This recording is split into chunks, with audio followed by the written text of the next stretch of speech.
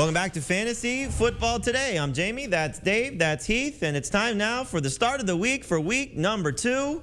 And let's go Big Ben. Big performance coming up against the Raiders at home. He is typically great in these setups. Very, very solid performer when he gets to his home season debut. And you look at the last 5 games, we're going to throw out that Seattle game in 2019 when he didn't finish it because of the elbow injury. But his last 5 games in season openers, he's averaging nearly 30 fantasy points per game. But the setup is really what I like the most about Roethlisberger's situation is he's getting a Raiders defense playing after Monday night, after an overtime game Monday night, and having to travel across the country for a 1 o'clock start. So they should be a little bit tired. The Steelers should be fresh. Sportsline definitely all in on Big Ben. Heath, you and I have him as a starter. Dave, you're a little bit concerned, though, about Roethlisberger this week.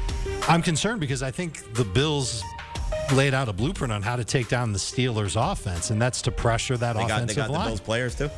No, they don't have the Bills players, but they can still rush the passer, and we saw that against Baltimore. So I'm a little concerned about it. Obviously, I don't have him ranked as a top 15 quarterback this week. I also know that the Steelers want to run the football a little bit more, and they didn't get the chance to do that last week, and that's something I think they'll definitely be able to do against the Raiders, and I wonder if that takes some numbers away from Roethlisberger. So I totally understand why you like him. I don't mind if people want to start him in their fantasy leagues. I can't remember the last time I was against a start of the week like this, though. This is something else.